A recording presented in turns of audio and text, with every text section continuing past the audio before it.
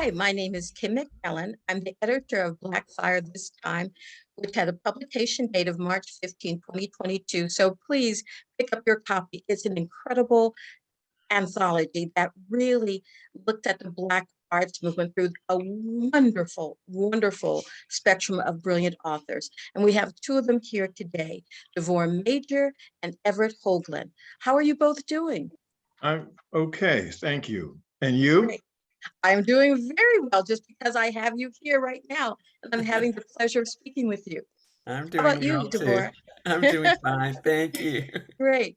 Well, today, what I would love is to have you all talk about your lives. But before we do that, I want to give our audience just a taste of two exceptional individuals. Devorah Major is a California-born granddaughter of immigrants, documented and undocumented, who works as a writer, editor, writing coach, spoken word performer, recording artist, and poetry professor.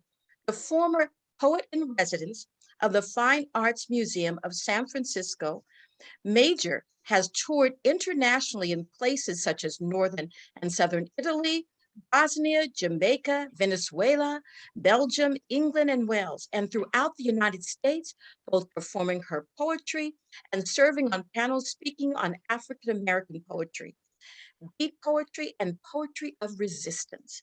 Her most recent poetry collection is Califia's Daughter, published by Willow Books in 2020. Now, I also want to talk about just a second Everett Hoagland. He has published a chapbook and 4 full-length poetry books, is widely published in periodicals and anthologies every year. Everett has also read his work to audiences all over the USA and in Ghana, China, and Cuba. You both have had illustrious careers, and I have just, when I've read your poetry, that's why you're in this anthology, because it's that brilliant. And Thank so, you. oh, well, thank you for Thank being you. here. It's very much appreciated. Um, I'd like to start with Devorah. Devorah, could you please tell us a little bit about your connection to the Black arts movement, and then read one of your poems to give us just a little taste of this the beauty of your poetry. Thank you. I was, I guess I would say, a younger sister of the Black Arts Movement. I was at San Francisco State right after the strike, and that was when Sonia Sanchez was there. Baraka actually came out and was actually seen poets and got some work from people like Reggie Lockett, but I was just barely a poet then. I was into dancing and acting and definitely doing Black theater in terms of the Black arts movement because it's more than literature. But I certainly wasn't at the center of it, both because it was in California and because when it started, I was still a teenager. But it informed my writing. It made my writing what it is today, kind of what the roots are, so that I never had a particularly, it wasn't like I had a European approach and slant that I then moved into Black arts. I came in through it as Black arts. Okay, and let me see about a poem. Okay, this is called Writing Love. Um, and it came out of all of the poems that I do so often that are about war and police brutality and all of that. And sometimes that's not what one wants to write. All I want to write are love poems in this season of rotting flesh and hollow bellies, in this year of hidden corpses and shrapnel graveyards. All I want to write are love poems to the one whose breath will mix with mine, for the lips I will taste, for the hips I will encircle, for the sap I will share. All I want to write are love poems about shining eyes and sweat's perfumes, about promises made and kept, about secrets and fears shared and revealed. In this year of the buried city, this decade of the hunger crop, this century newly begun yet already with thousands upon thousands of limbs torn off, eyes burnt out, hearts eviscerated. All I wanna write are love poems. I don't want this job of recording the children's despair, the mother's grieving, the father's misery, the son's brutalization, the planet's storms and fires. It's all too much for me. My eyes fill with salt and become blurred, and only love poems will make it better, will clear the way. But all around me, these others who I already love in knowing and as strangers are being murdered or enslaved, starved or tortured, imprisoned or forgotten, and the poems I want to write evade me until I am left with nothing but this howl wedged between my teeth. All I want to write are love poems about blue kissing my morning, lemons tart and fresh flavoring my afternoons, crescent moons arching away from Venus's sparkle in a star-hungry sky. All I want to write are love poems. All I want to write is love. Thank you. Thank you. That was absolutely beautiful. Um, how did that, what was the genesis of that poem? It really was that it was like going every time I went to write, whether I was writing in a journal or on the computer, it was like I was writing through tears and I was like, can I write something that makes me feel good? You know? And I realized that love poems make one feel, good. And that's what I wanted to write, but there were the demands, and I think that's part of the Black arts movement. What should one focus on? What are the priorities? And so it's like, I want to do this, but I know that it is necessary to do this other thing. Wow. What was the period that what was the year this was written? I don't have a clue. I'm sorry. That's good. I mean, because it just came forth. Yeah, it was written in the 2000s, not the 1900s. Of course, the reason why I said that is because of we as a country have been experiencing, and not just us, the entire world. And so I ask because there are certain parts of time that have just been devastating in the last couple of years. Yeah, it wasn't in the last couple of years, but I really don't know. I'm sorry. Oh, no. Devastating the last several centuries. There you go.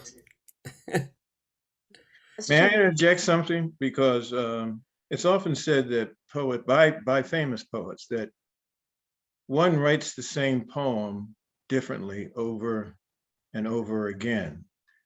And to me, Devorah's poems are all love poems because if they're not about eros, philios, or agape, they are imbued with a love for justice, for empathy, for humanity, for the natural world. And that rises out of the lines of most of her poetry, very positive poet. And even though she's anguished sometimes by the death of children and teenagers, especially killing one another, it's treated lovingly. So she could be characterized as an author of love poems in the main because her poems are so loving. Thank you. That's beautiful. Thank you, True. Everett. It's true. If you have a short poem, would you like to read that also? Would you like to read another one? Please. Okay, just a minute. Let me read. This is a San Francisco poem from the book, and it is city values, because Kenneth Harding evidently rode a San Francisco bus without paying his fare, and so he was literally killed for that. He jumped off the bus and the Muni police officer pulled a gun and shot him in the back. City values for Kenneth Harding's. $2 in the city of San Francisco is not quite enough for a Sunday newspaper, but you could get a liter of generic soda pop and have a bit of change, maybe 2 large organic apples or a medium order of fast food fries, 1 tin of quality black shoe polish, or 1 condom from a club vending machine, or 1 thigh with a side at Church's Chicken. Or the life of one cocoa-skinned 19-year-old roughly trying to become a man who, for want of a $2 bus transfer, was shot in the back of the head. Wow. Look at the concision there. That's fantastic.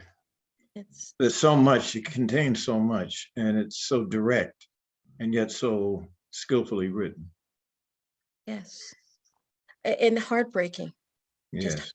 It really was. And a transfer is to go from one bus to another bus. You have this transfer, this piece of paper that says you can ride for 2 hours on San Francisco. And so he couldn't show a transfer. And therefore.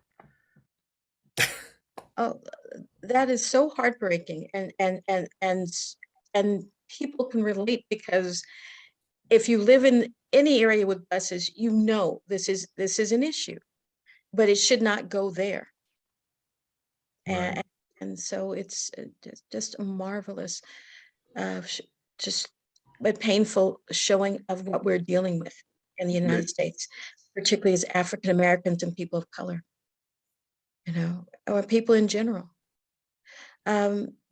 Everett, how are you doing? Are you ready to kind of? Oh, right. May I ask Devorah a question about that sure. poem? Sure.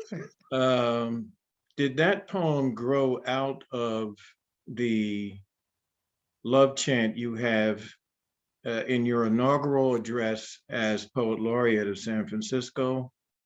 Did it precede it? Was it a version of it? The love poem. It's years later. This happened years later. Yeah, So it just was. I was so upset. I was so upset. I mean, no. I'm not talking about City Value. I'm talking about the love poem. Oh, I don't think it was written then. But you know to which I refer. Yeah. Yeah, it's in the inaugural address that you gave, and it's in your first City Lights book. Oh, kapow! Yeah. It's in part of the prose. Actually, is added to the prose as an explanation. That is. So yeah. I mean, they're separate. It's the continuation. It's the same problem, like you said, centuries. It's that's and the same love. The same love. It's in a way. It's a kind of short epic in a way. Yeah. Yeah. Remarkable. But yeah, City Values. Wow. That's a poetry workshop poem because it's a model of concision and impact. And it contains the anguish that I mentioned earlier. But it also, what rises around that anguish is as the feeling as a Black mother yourself, that even the speaker has with regarding the value, the importance of human life, and particularly the life of that child, that young male, and that comes through. And that's part of that whole business of being over and over again a loving poet. Because look what we have to work with. We have shock, we have rage, we have dismay, we have anguish over things as Kim was saying that happen in the world. And yet look how lovingly we render what is implicitly the second subject of nearly every poem, and that is humanity.